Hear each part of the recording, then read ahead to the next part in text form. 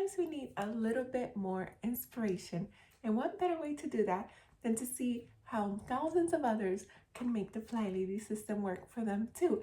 So today, for day 16 of the FlyLady 31 Baby Step Challenge, we are going to go back to the FlyLady website, but this time we're going to check out a morning musing, a testimonial, or ask FlyLady a question.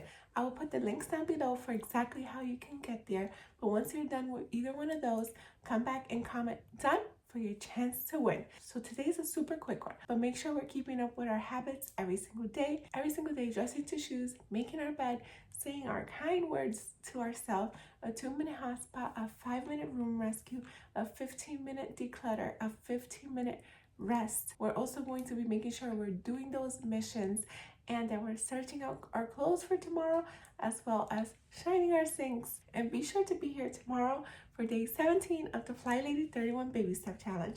Thank you so much for watching. Until next time, to God be the glory. Bye.